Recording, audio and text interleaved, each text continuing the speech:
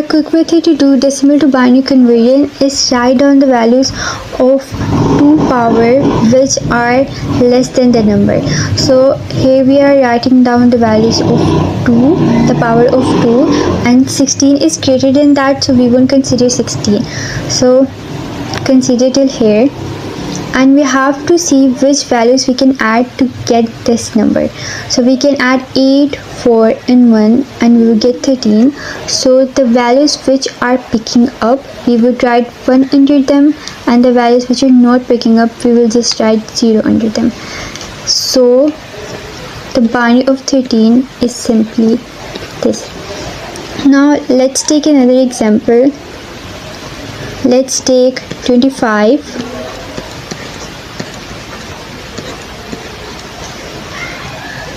And if we get further down here, if we get 2 power 5, then we have 32, but this is greater than 25, so we won't use that. We will stay till 16. So now let's see which values we can add to get 24. If we add 16, 8 and 1, then we can get 25. So we will write 1 under these and then 0 under the ones we're not choosing.